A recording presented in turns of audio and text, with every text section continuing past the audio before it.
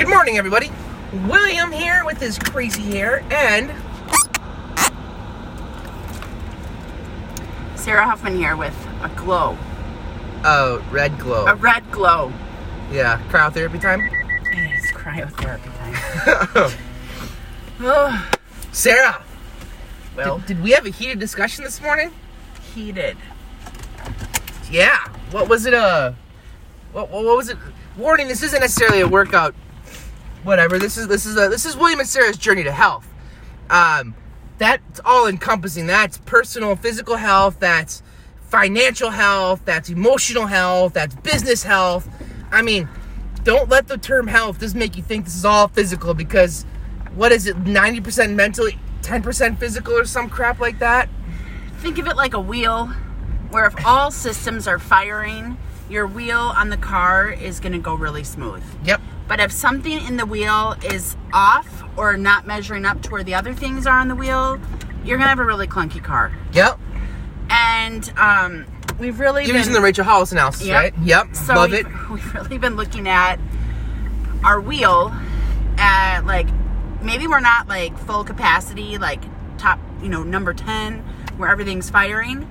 But maybe like finances is a 4. Maybe our health is a 4. Maybe our, I do much lower. Yeah, that's super low. And that's the other thing. The way I might think about it is going to be different than Will thinks about it. But the whole point is all these things need to work in sync. They all need to be working so that wheel can go. And if things are lower than others, focus on that to boost it. Maybe you don't have to boost it to perfection, but just get progress. I digress. I like it. That was really good. That's not where I was going with this at all, but it was fantastic. Because this morning, one of the... No. Keep that window down. No. One of our spokes in the wheel was not firing properly. And that spoke was called communication. That is not a pun, but it kind of came off like one. Yeah, that spoke. But first of all, spokes have nothing to do with... I mean, they kind of do, but spokes don't fire. I'm just thinking about like a bike wheel. Okay, but that'd be like an engine wasn't firing or something, but that's okay. Semantics. You're right. I apologize. The point is still taken. Anywho. So what happened? What event happened over your slumber that sparked this fiery debate? Well, we don't have to use names or anything. I woke up this morning and of course it was like at 6:40 and you're still tired. You're not really ready to embrace the Sunday.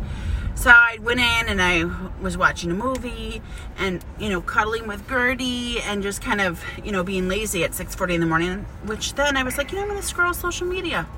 So I started scrolling social media and I saw a post that Will was interacting with another person and Will disagreed with the other person and the other person was disagreeing with Will. And I just got this feeling of like, why even engage? Why engage? It doesn't really matter that your opinions are different. It's social media. Why even engage? Okay, can I say something real quick here though?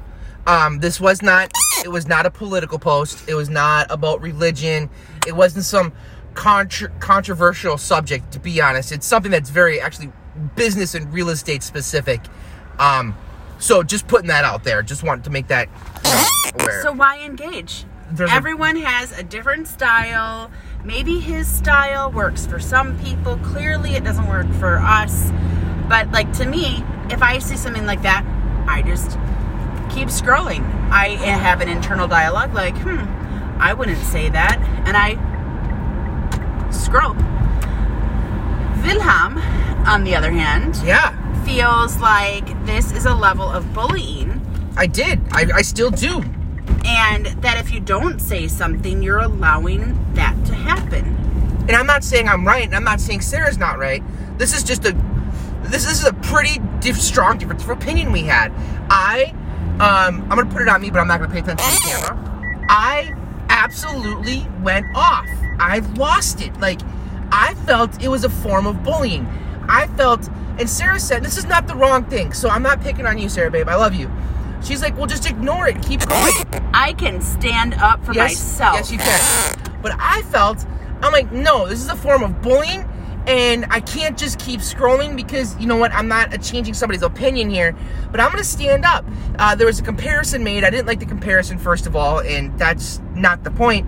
But then the person said something along the lines of, well, get on my, or, you know. Use my services and I'll get you to the top 10. Yeah, use my services and I'll get you to the top 10. Or it's time to up my lead generation game or whatever. It doesn't really matter. It does matter, but I felt it was a form of bullying, like, oh, if you don't use my services, you're not as good as everybody else.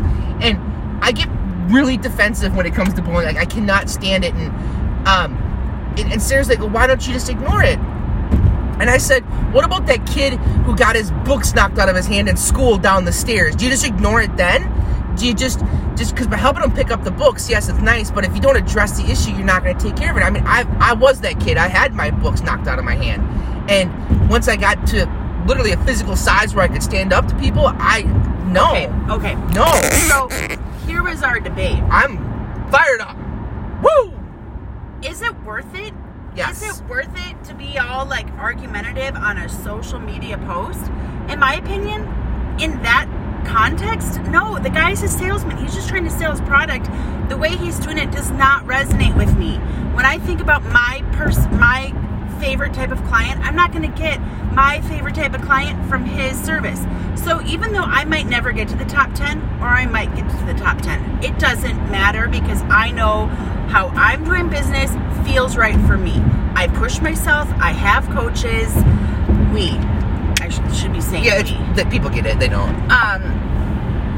But that's why I'm like, it's not worth it to even, like, engage. That's just dumb. So then we just started coming back from Lifetime and we did our workout. Did we want to work out this morning, babe? No. You pulled out of that driveway like, I'm not going to Lifetime. And I'm like, I got out of my pajamas and I am in my workout gear. We're going to Lifetime. We did not want to go. Nope. We did not want to go. Nope. And so, anyway, in the Peloton app, my cool down I did on the bike, and I did a little 5-minute thing on the bike with the Peloton By app. the way, I did my 8 miles today. You did more than 8 miles. Yeah, but I did it. I made myself a promise I would never do less than 8 miles. Oh, so anyway, on the Peloton app, and this is really important.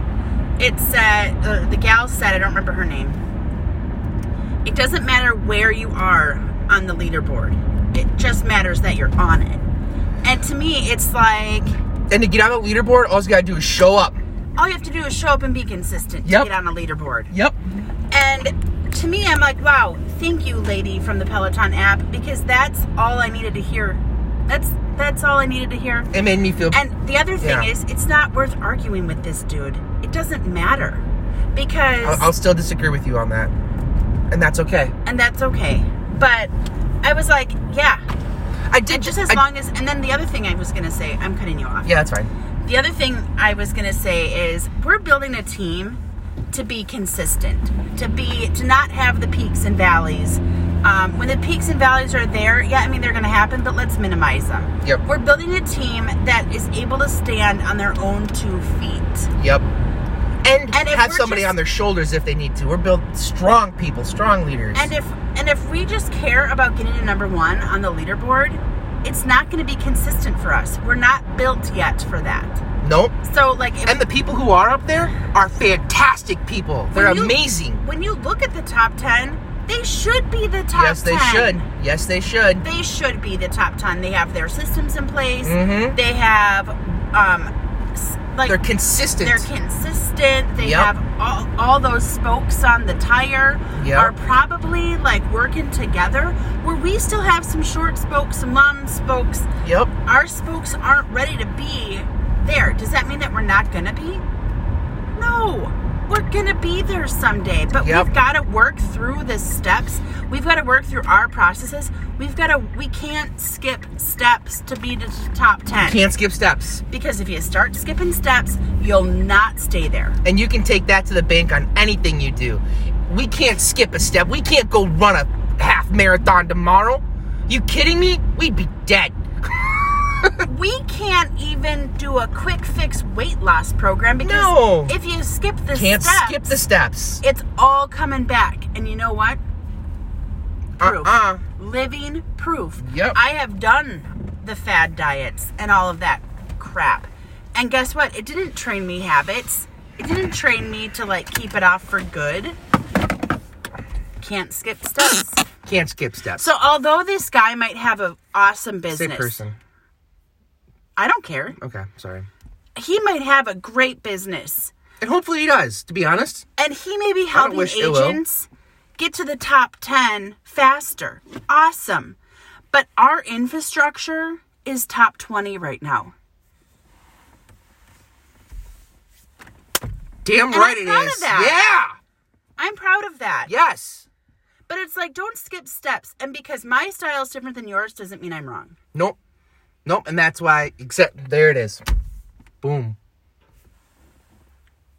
Mic Drop.